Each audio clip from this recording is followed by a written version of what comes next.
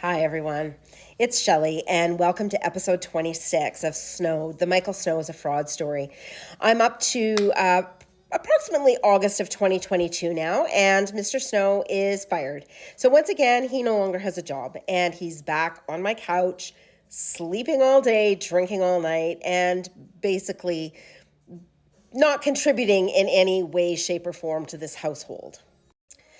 But have no fear, Mr. Snow has a plan, and his plan is to sue the company that fired him for wrongful dismissal.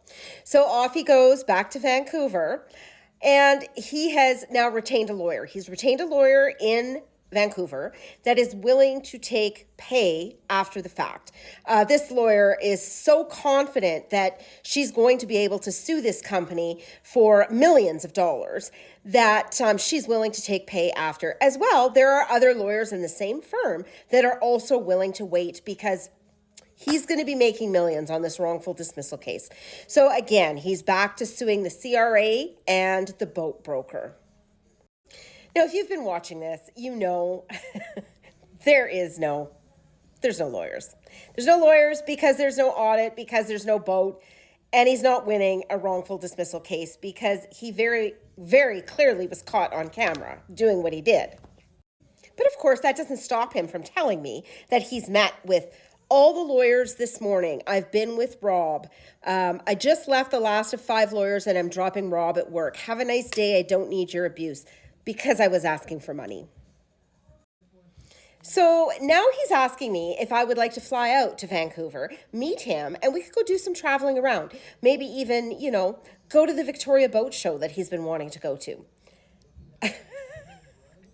We have no money. How am I supposed to do this? I'm sure he knows this. He knows I'm going to say no, but this is a great opportunity for him to say, well, that's on you, I guess. I mean, I offered that you could come out here and that you could do this trip. Don't complain that you're stuck at home working then. So at any rate, he decides that he's going to the boat show with his friend Rob. So off he goes to the Victoria Boat Show with his friend Rob. Now, again, if you've been watching these TikToks, you know that he did not go with Rob. This was an entire weekend date with another woman. Hotels, meals, boat show. But don't worry, he made sure he kept in touch. Hi, babe, how are you? Yeah, I made some good contacts. So you can see he was obviously standing right beside this woman and taking pictures of the boats, which he then sends to me. Those are photos. I'm not going to show you the photos of the boats.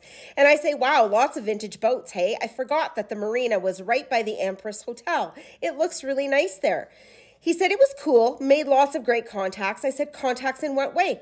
I got too much sun. I'm off to bed, babe. Boat sellers, captains, and boat brokers, because of course he's still trying to sell his boat.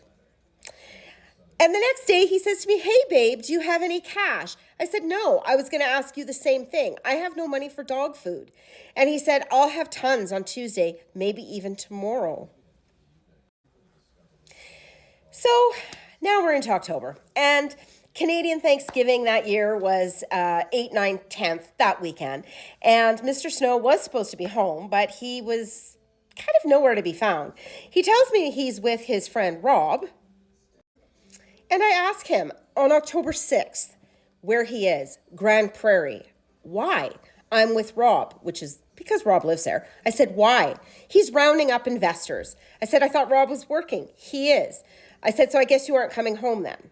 I will be. I mean, anything Mike says is like, you can't believe it. So it'll come as no surprise to you when I tell you he didn't come home. I tried calling and texting. Mr. Snow was not responding to me, which I'd learned over the years that was a sure sign he was with another woman. So I gave Rob a call and I asked Rob to just kindly hand the phone to Mike. And Rob was kind enough to tell me that he hadn't seen Mr. Snow for weeks. He has no idea where he is, most certainly not with him.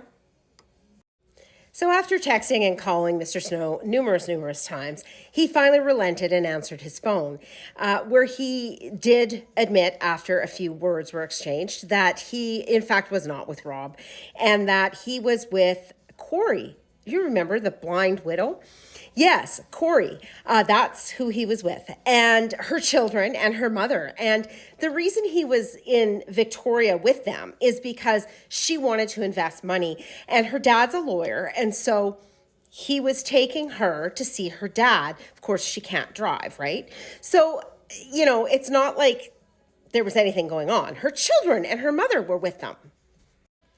At any rate, shortly after that weekend, Mr. Snow does come home. And shortly after that, there seems to be that he has a substantial amount of money. Now, he tells me this money is an investment from Corey and that she also plans to make a few more installments on this investment. This is just one of 3. This may have been about the same time also that he sent me Corey's bank account information, which kind of completely gobsmacked me. I mean, this was so, I was so blown away that someone that you barely know would allow you to take photos of their bank accounts. And I questioned him that there wasn't something a little bit more going on here. But of course, the gaslighting, I'm just so mistrusting and jealous. There was nothing more going on. So stay tuned for episode 27, where I tell you what happened to this substantial amount of money.